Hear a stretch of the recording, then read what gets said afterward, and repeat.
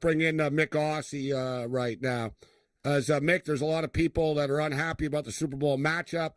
For me, it's like the national championship game. I hate Ohio State. That's over. They're like my Kansas City Chiefs, and hell, they even wear red too. And then you get the Philadelphia Eagles, who are green like Notre Dame. Actually, it's the same damn thing. And I used to not like Notre Dame a lot. Now I'm kind of indifferent to them. I'm like, yeah, whatever. Do I like them? No, but I don't have some like deep, dark passion against them or anything like that. Same thing with the Philadelphia Eagles, right? I like Saquon Barkley. I think Jalen Hurts is a cool dude. I think they got some cool dudes on their team. So I'm not anti-Philadelphia Eagle, Mick, but I'm also not an Eagle fan either, right? So what do you think about the Super Bowl matchup, the Eagles and the Chiefs? Oh, the worst two that I wanted out of the weekend. Terrible, mate. Don't like either team. I've respected Pat Mahomes until he flopped last week. But, mate, the calculation has come out with two new factors. I've started it, especially for this game, and there's two new factors that I think you'll agree with and impressed with. What do you got? What are the Mick Aussie X factors? What do you got for us? Paper looks like it's filled. This is true. Obviously, I can't finish it all up, but the Chiefs have advantages. And the new item, the Taylor Swift advantage / NFL owners, money-hungry refs. 7 points because of the Taylor Swift advantage. I also had another 7 points here. 7 points. How much extra money the NFL owners will make if the Swifties watch for the whole game compared to part of the game. So if the Eagles get up, you watch. The refs will start to make the calls for the Chiefs. And the other factor I have is the Saquon Barkley factor. I have an item of the best quarterback, and Mahomes is the better quarterback, so I've cancelled them out. Mahomes and Barkley cancel out, and they will both be a big factor in the game, I believe. The Philadelphia Eagles have a better roster than the Kansas City Chiefs do, right? Like, they actually have more better players as a whole. But, you could say that about a lot of teams with the Chiefs. And the Chiefs are just so well coached. Defensively, they're going to be good. At least make plays when they have to. You can move the ball on them. I think, like you said, though, Mick, the biggest X factor to me is, and I'm not going out on a limb when I say this, is Saquon Barkley. Right? Yeah. Saquon Barkley did not play, was not on the Philadelphia Eagles before, and we see the difference. Like, he really is the difference maker. Like, as stupid as the Bills were to help the Chiefs get Xavier Worthy, you can't make up the fact that the New York Giants gifted Saquon Barkley to the Philadelphia Eagles, and then he carries him to the Super Bowl. Like, Jalen Hurts and that offense would not be good enough without Barkley. Like, they can throw the football because of Saquon Barkley, right? Like, if Saquon isn't there, then teams can't sell out and stuff. And we see it. He just eventually he pops one. He's going to be playing on a fast track indoors as well. He's the X factor to me, Mick, and why I think they can win the football game. Saquon Barkley. Yeah. And also because the Eagles, unlike the Bills, will get them the football. Like James Cook yesterday was carving the Chiefs up, and they didn't give him the ball in the fourth quarter ever again. Right? He touched the ball 2 times. Now, I don't know if he was banged up, and we don't know about it, which I'm kind of assuming that he was a bit. But the Eagles' play calling is good. The Eagles are super aggressive on 4th down, and, that's the thing with the Eagles, their advantage. They can throw a bomb and stuff on 2nd and 1 and 3rd and 1 even, because most teams, you sort of crowd up and think, oh, it's 3rd and 2 or something. They're going to run the ball. They don't have to because they know, whatever, dude. We never get stopped on this brotherly shove stuff. So we'll go for it on 4th down. It's dangerous when you're playing a team that, always goes for it like that. But, man, it's hard to dismiss Kansas City, Mick. So what's your early pick right now?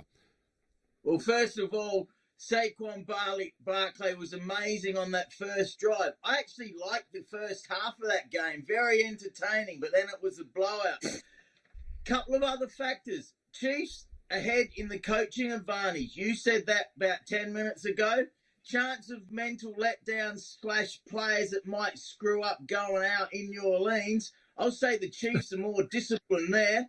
Players with more Super Bowl experience. You got to give it to Chiefs there. Currently, I have the Chiefs winning by 12 because of the Taylor Swift and the corrupt NFL owners and referees, as we saw yesterday. But I hope I'm wrong. It's a close game. It's not for Taylor Swift 7, Gabe. It's 5 plus 7 for mixed calculation. Yeah, it's enough though. Like hopefully, and you know, if they win this year, they'll just be back for more for 4. They'll be like, oh, we're gonna keep this thing. You know, eventually, listen, the bubble bursts for everybody. It does. Like, it's, you know what I mean? Even Tom Brady and the Patriots, look, they're terrible now. A couple of years ago, it's like, God, we're sick of them. Right now, they're the worst team in the division. You saw it with the Golden State Warriors, where the Raptors, knocked them off, and it's like, all right, the run is done. These runs come to an end, but Mahomes just keeps on finding a way, too. Like, you know what I mean? Like, on third down, it's not like he puts up massive numbers, but he makes the big plays when he has to. It should be. I think it'll be a classic, though. Even though nobody likes these teams, unless you're an Eagle or a Chief fan, I do think it'll be a really good Super Bowl.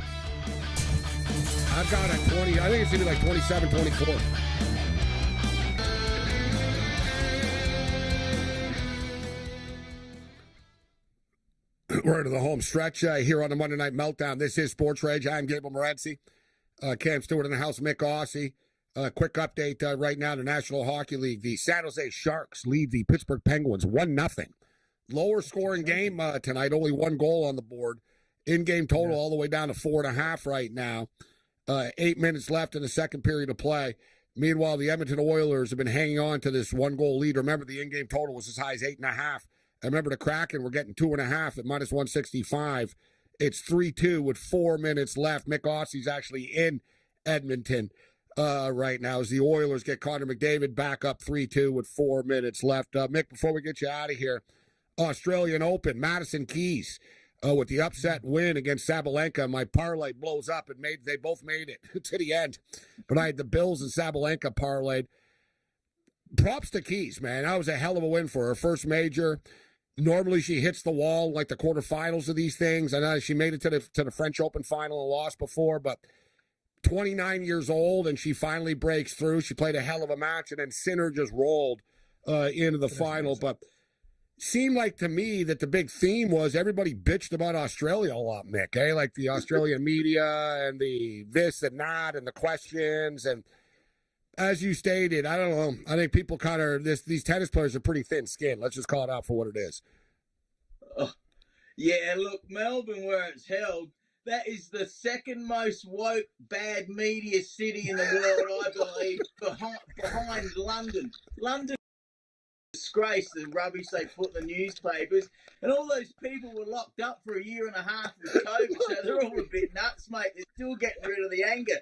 But what about the men's? Sinner's in trouble with drugs, and the other guys, been in trouble a bit in the past with women. So there was a lot of stories there as well.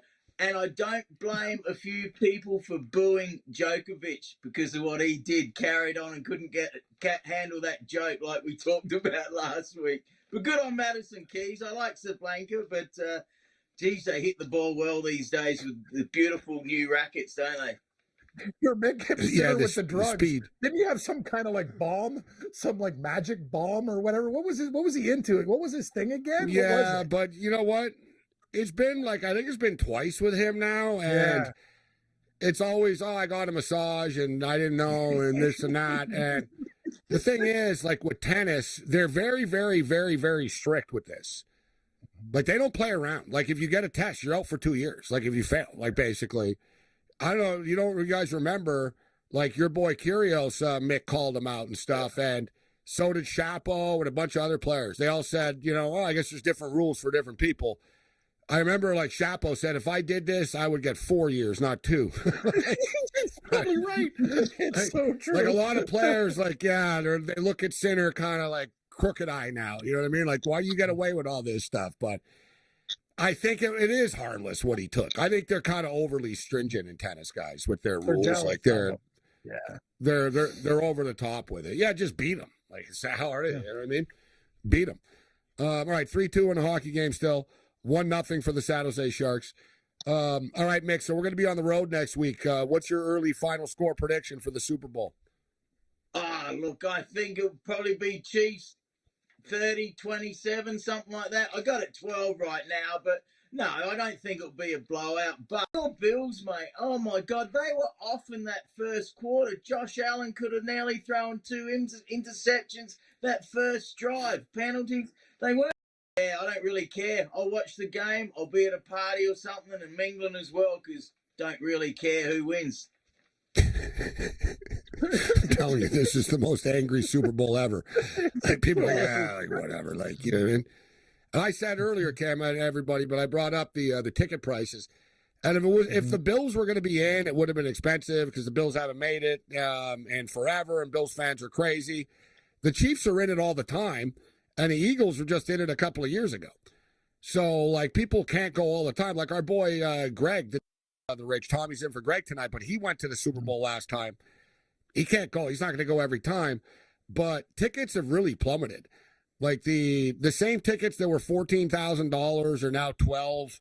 The tickets that were $10,000 are now like $7,500. There's been like literally like a $2,000 drop on tickets, and I would expect it to continue to drop actually because of the matchup.